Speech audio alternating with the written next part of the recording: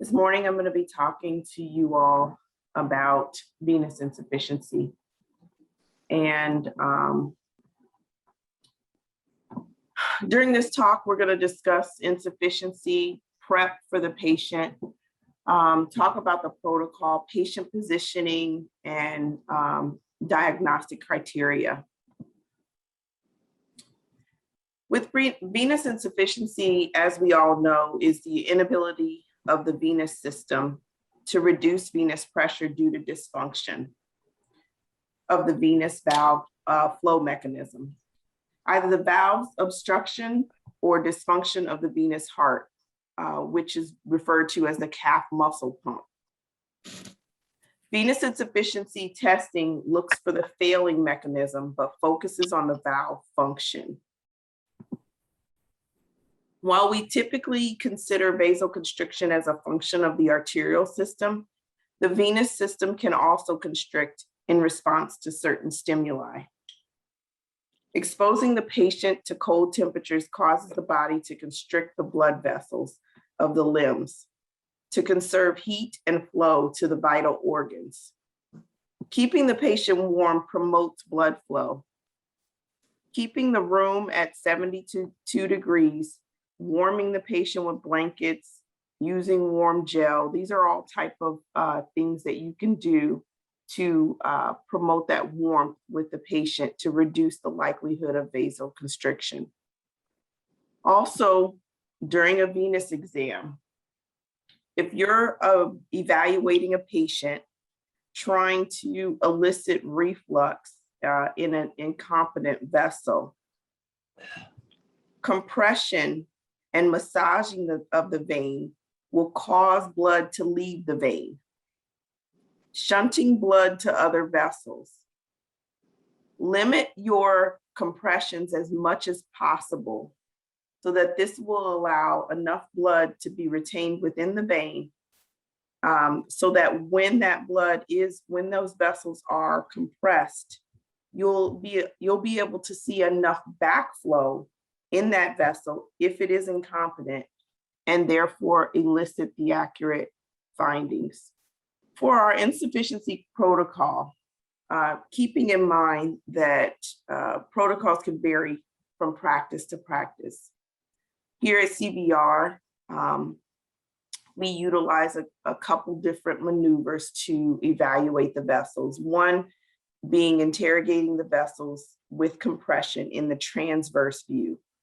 We interrogate first all of the deep veins with the patient lying supine. Then we move to interrogation with color and Doppler in a sagittal or long view. Showing baseline flow characteristics is something that is an IAC requirement. And while we may have a few clinics that are not IAC accredited, it is our standard and guideline to follow this requirement. Maneuvers we utilize to make the blood move are the Valsalva and augmentation. Reflux time has to be measured, and I'll talk about this in a little bit more detail later on. Again, this is something that is an IAC and insurance requirement. And then measuring the vein size for mapping, keeping in mind that the saphenofemoral as well as the saphenopopliteal junction must be referenced in your documentation, and if present, that the saphenopopliteal junction must be mentioned. Our B mode protocol, we will check the deep system for both thrombus and reflux, interrogating the common femoral vein and popliteal. Tibials in the presence of thrombus are required to interrogate as well. We do interrogate the tibial veins during a insufficiency as well as a DVT exam, but documentation is not only required during a deep vein thrombosis exam. Superficial system for thrombus and reflux, as well as the tributaries, is also interrogated. The entire length of the great and small saphenous are evaluated, as well as identifying the source of varicosities when possible. Perforators, we examine the entire calf looking for perforators, especially around ulcerations. Compressibility of the vein walls. When looking at this, if you're looking at an image, we want to look for complete coaptation of those vessel walls. So here you see on the right side, this is the side of compression. And while you see this area here, this is an area of artifact. So it may lead you to believe that that vessel was not fully compressed. And this is an important thing to point out. When interrogating a vein for full compression, it's important to show an image that is free of artifact. Something like this can be misleading, and one can think that the vessel did not fully compress. Here you can see where the vessel was open, no compression. There's no external compression being placed on this vessel. So this is what an open vessel would look like. This is what the vessel would look like compressed. We see that there's full coaptation. Those walls completely touch one another. Measurement is done of the vessel diameter, as well as depth when necessary. In the anterior, posterior, we're measuring from anterior to posterior wall. This is the correct way to measure the diameter of a vessel. We measure at the saphenofemoral junction, the great saphenous vein, when refluxing proximal, mid, and distal above the knee, as well as below the knee. Saphenopopliteal junction is also measured when present. And then the small saphenous vein, proximal, mid, and distal, as well as other accessory and tributary vessels. Again, keeping in mind, we are measuring, we're measuring from wall to wall. So those calipers are placed on the wall, anterior and posteriorly. We're not measuring the inner wall or the outer wall. This helps us prevent from underestimating or overestimating the size of that vein. I often hear a lot of debate about true great saphenous versus saphenous branch. The true great saphenous always lies in the saphenous compartment between these fascial borders, as we see here in this image. Anything outside of the fascia, superficial to the fascial wall, is going to be an accessory vein or a tributary vein. It is not the true great saphenous vein. If it's deep to the deep fascial border, then it is either a deep vein or it could be a perforator vein that is transversing through that fascial border.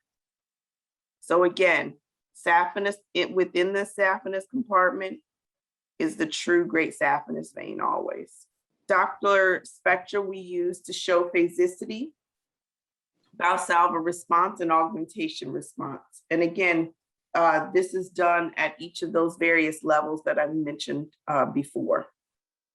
So we're going to go through with the Doppler evaluation. I'm going to touch on what those characteristics are, what it means to have spontaneous flow, phasic flow, what that augmentation represents, competency, and then we'll talk about the vessel pulsatility. Spontaneous flow equals normal flow. If it's absent, then it is abnormal. Spontaneous flow is flow that can be detected immediately. So immediately upon putting that Doppler on that vessel, we should get flow, and that's our spontaneous flow. It's normally demonstrated in the femoral, popliteal, and iliocaval segments. In more distal vessels, such as the tibial and peroneal vessels, flow may be too slow to detect and acquire spontaneous flow without some sort of provocation. It may take a slight probe pressure movement, a gentle augmentation, having the patient wiggle their toe in order to elicit a response. The opposite of spontaneous flow would be absent flow. If flow is absent in the large vessels, such as the common femoral iliocable segments, and cannot be provoked, the vessel is likely to be occluded. And you can see here, one good thing I want to point out with these images, you see here in this lower image, we have the image and we have the spectral here. As you can see, there is no flow on this spectral side.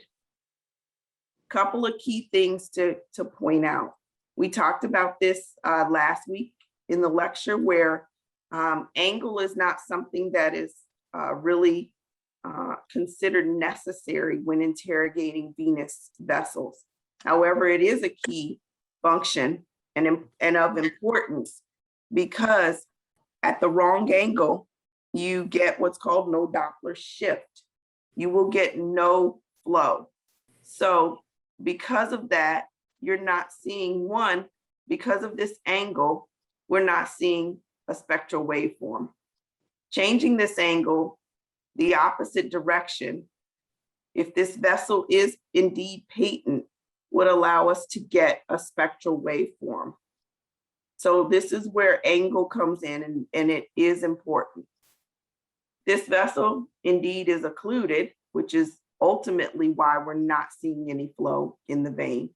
But again, I wanted to point out how angle can be very important when doing the spectral analysis. Phasic flow is considered normal flow in the venous system of the lower extremities. Continuous is abnormal. Doppler flow in the legs will be spontaneous, but will also be phasic with variations in respiration. As I stated, the opposite of phasic is continuous flow. This is flow that does not vary with respiration, as we see here in the lower right-hand corner image. Continuous venous flow is generally associated with an obstruction proximal to where the Doppler signal is being obtained. If you encounter venous continuous flow in an extremity, evaluating above will be important in helping you identify if there is a proximal obstruction present that again is impacting that flow. This proximal obstruction could be one that is a extrinsic obstruction where it is compressing on those proximal veins, or it could be intrinsic where it's a thrombus within the lumen of the vessel more proximally. Augmentation will increase venous flow with distal compression. This is normal. Little or no augmentation, which is equal to no response to a compression or augmentation, or that augmentation is considered abnormal. As we said previously, blood flows down a pressure gradient. If you squeeze the leg below where you're listening, the sudden increase in distal pressure will cause a sudden increase in flow beyond the compression. If there is nothing between where you're listening and where the compression site is, there's little or no augmentation of the flow, then there is likely an obstruction between the site of compression and where the Doppler sample is being acquired. This is very important when we only had Doppler and no imaging.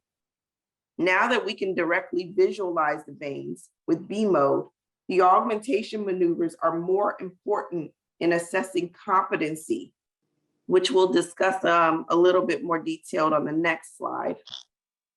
In order to assess the function of the valves, a pressure gradient must be created.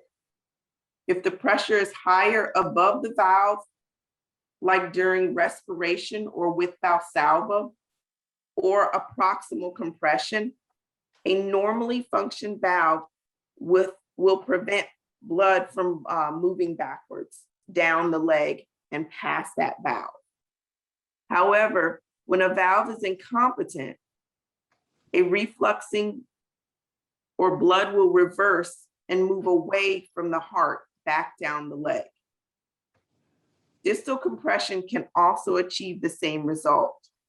By rapidly compressing the limb distal to the Doppler sample and holding the compression for approximately a second, you're creating a higher pressure above the compression. When the compression is released, the pressure at the compression site is now lower than above the site. If there is a bad valve, blood will flow backwards. This is all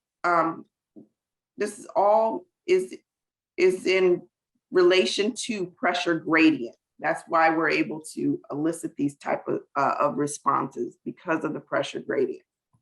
Valsalva, proximal compression, and or distal compression of the limb in relation to the Doppler sample can provoke reflux if those valves are truly incompetent.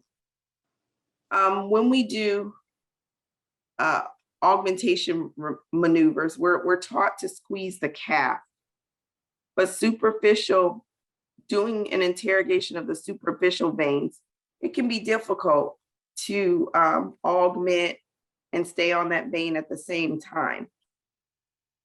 So oftentimes for those most proximal vessels, we'll use the Valsalva maneuver in the great saphenous vein at the junction, in the common femoral vein. We use the Valsalva maneuver. The key to Valsalva is having that patient move the diaphragm by doing a deep inhalation and then holding their breath and bearing down to force pressure on those valves of the lower extremity. With compression, holding down the GSV or SSV gently with 2 fingers a few centimeters away from the probe distally for a count of 3 seconds and releasing will, again, as I stated before, cause a pressure gradient. And upon release, we'll be able to see the change in that pressure and therefore acquire reflux if those vessels, again, are indeed incompetent. We talked about this last week as well. This is our rapid cuff inflator. Many of you have probably seen this.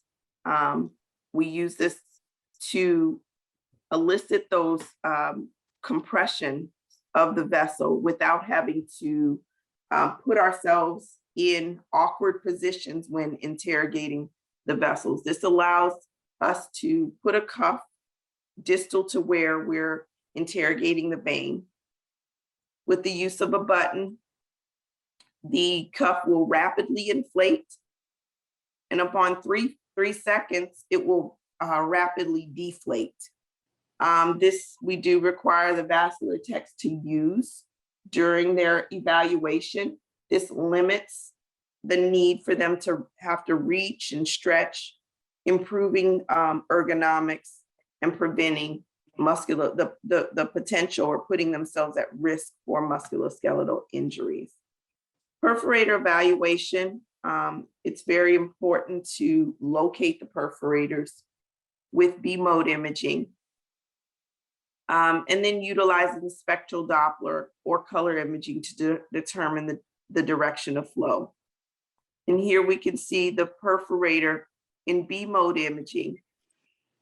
Moving the perforator, we can see crossing over the deep fascial border that we see here. And that's the key to identifying a perforator. It has to cross through the deep fascial wall. If it does not, if it crosses through the superficial wall, it is not a perforator. keeping in mind that we can utilize color to see flow within the perforator vein or any vein. However, flow direction cannot be measured with color.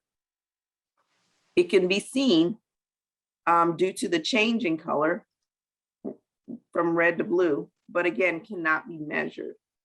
This is our spectral. You all have likely seen this when looking at an ultrasound image. This is how we determine the direction of blood flow. When interrogating a perforator vein, it's important to ensure that your sample volume is at or below that deep fascial wall. If that sample volume is above the deep fascial wall, you are not interrogating blood flow of a perforator. You are in fact likely interrogating great saphenous, small saphenous, or any other superficial vein that perforator is adjoined with. So the key to sampling the perforator vein is to ensure that your sample volume is at or below that deep fascial border. In order to fully evaluate for insufficiency, one must maximize the venous pressure, thereby maximizing the size of the vein. We must attempt to mimic the situation that brings on the symptoms. So for instance, if the patient complains of heaviness and aching at the end of the day, doing the study on a patient at the end of the day will likely prove more beneficial to the outcome of those findings than doing that study at the beginning of the day. If the patient has worse edema after standing for 10 minutes, then having the patient stand for 10 minutes prior to evaluating them will likely allow you to identify more accurate findings on that patient. Having the patient stand, this is our standard here at CVR. The patient must be standing during their evaluation, unless there is another indication as to why that patient cannot stand.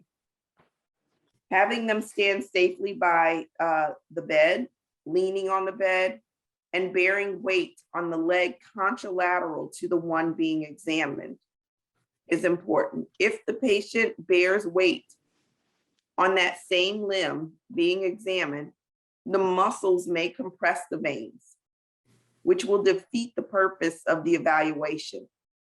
Positioning yourself to minimize injury is also key when evaluating a patient in this position. If you're doing this exam, you always want to take into account that patient, the level that you're interrogating this patient at.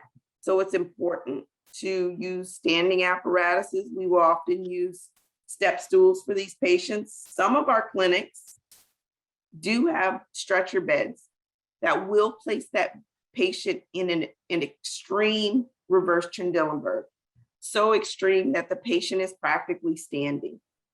And that's okay as well to utilize if that is the type of bed that is available for the patient in that clinic.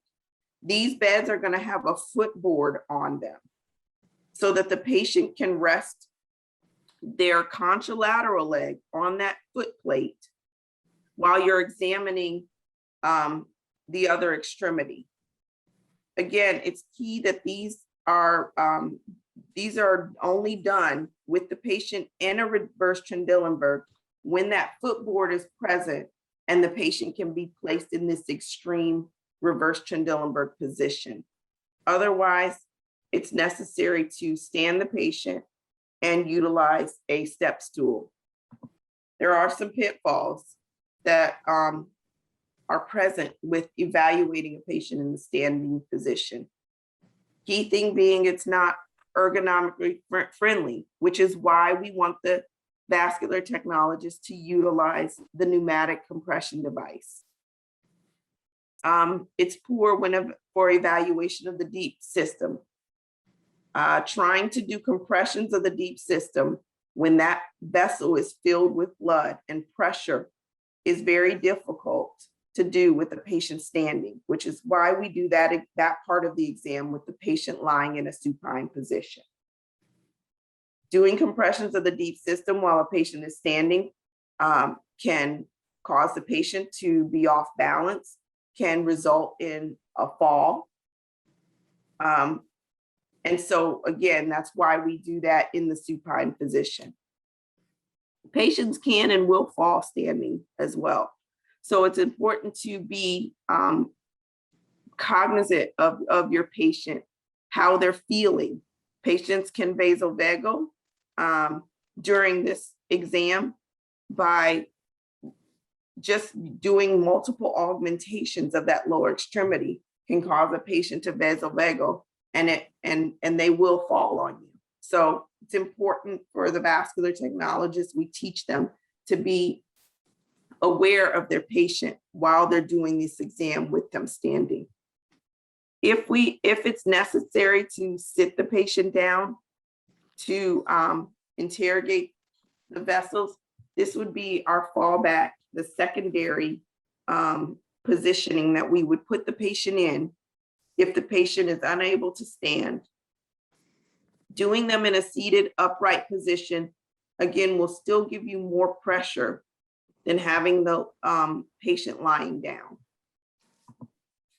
And then ultimately, reverse Trendelenburg is the last way that we would want to interrogate for insufficiency if a patient cannot stand or sit. Again, those clinics that have bed stretchers that will tilt the patient in an extreme reverse Trendelenburg, meaning greater than this 30 to 40 degrees, can in fact interrogate the patient while lying down. Reverse Trendelenburg has its pitfalls as well. The bed may not tilt enough. Unable to get the patient to relax their hands and feet. So again, like we talked about before, if that patient's not relaxed, the contraction of the muscles in the lower extremity can cause compression on the veins, and ultimately acquiring the accurate findings of the flow in those vessels may not be obtained if that's the case, if that patient is contracting the vessels, the muscles in their lower extremity. Again, and also failure to see the varicose vein well. Having them in reverse Trendelenburg when it's not extreme enough doesn't put enough pressure and fill those veins as much as with blood flow as much as we need to. And therefore we may not see the natural bulging of those veins that is present for those patients when they're walking around and standing all day. This is just want to show you some of the things. If you walk into the room, you see your technologist in this position. It's important to remind them of the importance of being ergonomically in an ergonomically sound position. Technologists, it is a known fact statistically that sonographers are 70 to 90%. They're scanning in pain, 79 to 90% of them. So these exams, putting themselves in static positioning day in and day out, it is very important to be mindful of our body position to prevent the potential of injury. That has to be returned in 5 days or no? So again, if you see your patient in this type of position, or excuse me, your technologist in this type of position, please give them a gentle reminder to be cognizant of that to prevent injury and improve their longevity. Again, these are some of the concerns. One of the biggest thing is the technologists will often tip their head forward or backwards when they're doing these exams. placing stress on the Oh, neck. and shoulder. Robert Fried just joined. What? Robert Fried just joined. Can everybody mute their microphones for me, please? We're almost finished. Reaching that involves pulling the elbows away from the body can stress the shoulders and back. Bending and twisting the torso places stress on the lower back as well. Recently, all of our technologists were required to attend a musculoskeletal class, one that addressed these concerns and gave them tips and tricks as well as stretching techniques to help offset the potential for musculoskeletal injury and enhance their awareness of body positioning and things of that nature to prevent those type of injuries. Our criteria, we're trying to, again, get that vein to be of significant size, the size that it is when these patients are walking around all day long, and that vessel is filled and there's pressure within the lumen of that vessel. Abnormal great saphenous is typically going to be greater than 5.5. Small saphenous greater than 5. These are the criteria that most insurances are looking for vessel size diameter. This will vary by insurances. So again, this is not an absolute for all insurances, but typically greater than 5.5 for the great saphenous, greater than 5 for the small saphenous is expected for insurances in order for them to approve treatment for these vessels. Deep vein reflux, just want to point out the characteristics of the wave flow. Here we see variation in the wave. This is known as our phasic flow. This happens with inhalation and exhalation. We see with Valsalva, there's a slight elevation or increase in that wave with Valsalva. And then upon pushing during that Valsalva, with the pressure being forced on those valves, we see a reversal of the flow. So normal flow here below the baseline, above the baseline, we see reversal of the flow. And this is what is indicative of reflux. And then upon releasing, where the patient is no longer pushing or bearing down, we see with exhalation, flow resumes in the normal direction. Again, just another view, another waveform representation of reflux. You have here the augmentation. This is with distal compression, how the waveform typically looks. Upon release, you see a flow reversal, opposite side of the baseline, which is this white line here. And with measurement of calipers, we could see the amount of reflux time present here in this segment of the vein. One of the things I'll highlight here with regard to the terminal valve is it is very key that if you are interrogating, if you're trying to interrogate the great saphenous vein at the junction, very important that your sample volume is placed distal to that terminal valve. If that sample volume is proximal to the terminal valve, you're not interrogating the great saphenous junction. You're actually interrogating flow representative of the common femoral vein. So placement of that sample volume is very important at that saphenofemoral junction segment in order to interrogate findings of the saphenous vein. Again, at the junction, you want to place that sample volume distal to the terminal valve. Reflux, we all know already that for the deep system, the flow must be refluxing more than 1 second. 1 second or greater is indicative of reflux in the deep vein. A half a second or greater is indicative of reflux in the great, small saphenous, and perforators. I touched on this earlier, but just to repeat, while color Doppler can help locate areas of reflux because you can see the change in color, it does not have any diagnostic value whatsoever. It only documents, again, the presence of flow. Only spectral Doppler can measure and be used to measure the time of the reflux. We can't measure with color. And when looking at a spectral analysis, it's very important not to freeze the image too quickly.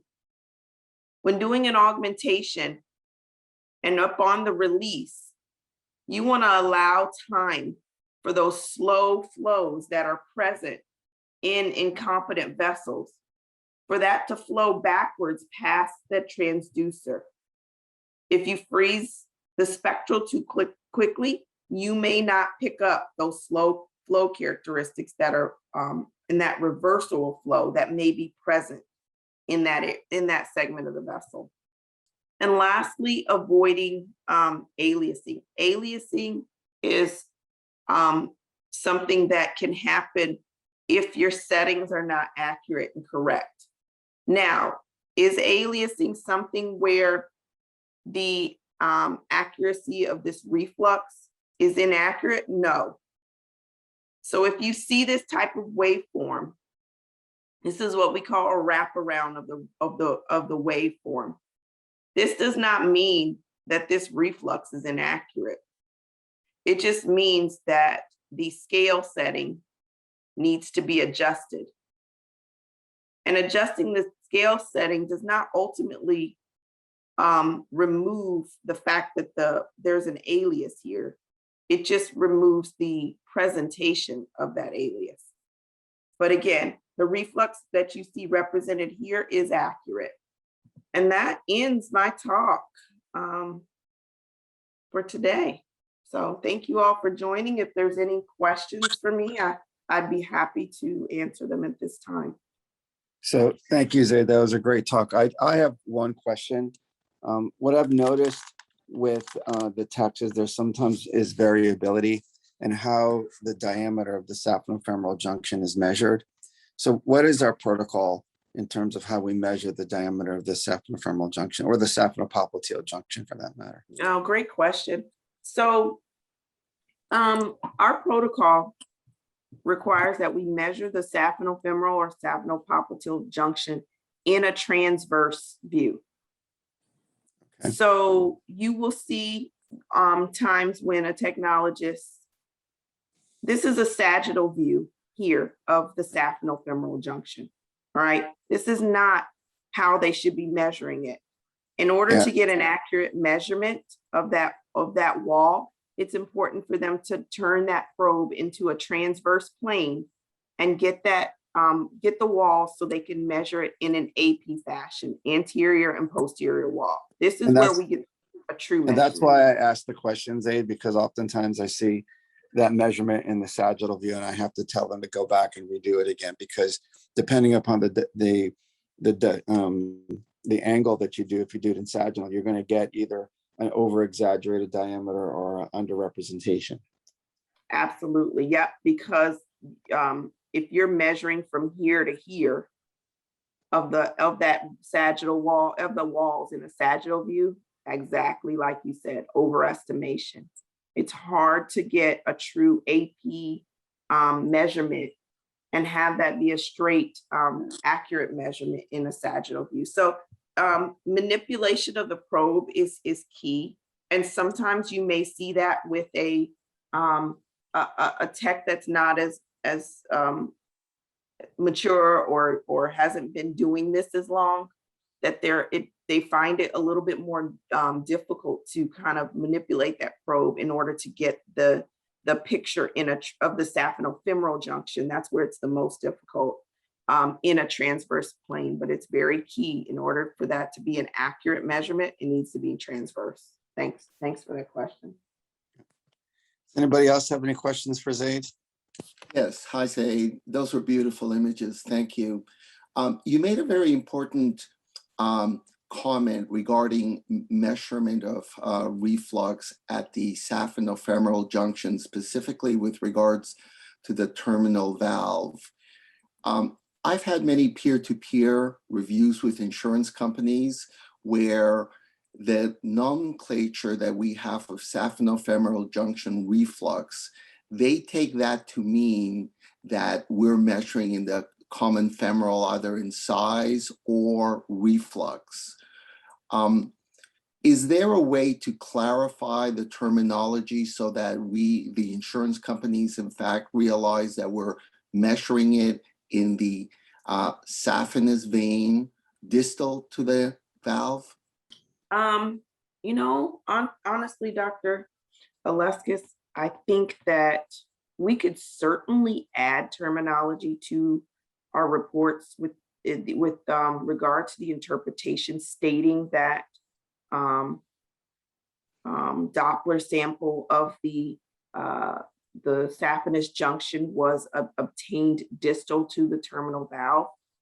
Whether or not that would help, you know, I honestly don't know, because you're dealing with, when you're doing these peer-to-peers, you're dealing with people that honestly, they have no clue about any of this. You know, they're following guidelines on a paper or on a computer that have been given to them. And I know you guys know that. But again, if we could try it, I'm open to that. We can talk about it and see if we all think that it would be helpful. I just don't know. Fernando, how often does that happen? It happens fairly often, where I have to explain to them that, in fact, the measurement, either in size or reflux, is indeed within, it's distal, just distal to the junction, you know, distal to the terminal valve. And you know, it's getting with insurance is that my word as a doctor doesn't matter. And what they will say is, ultrasound again or modify your report.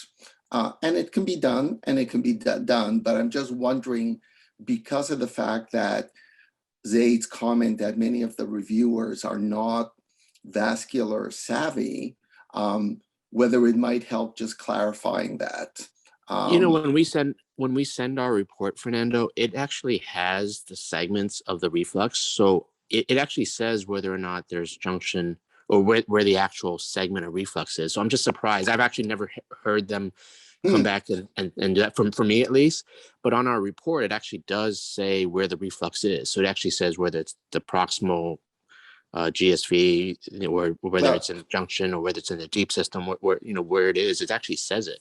No, it says saphenofemoral junction. So the situation is where there's reflux in the saphenofemoral junction, but then the proximal thigh level, and again, it could be a way there's no reflux there.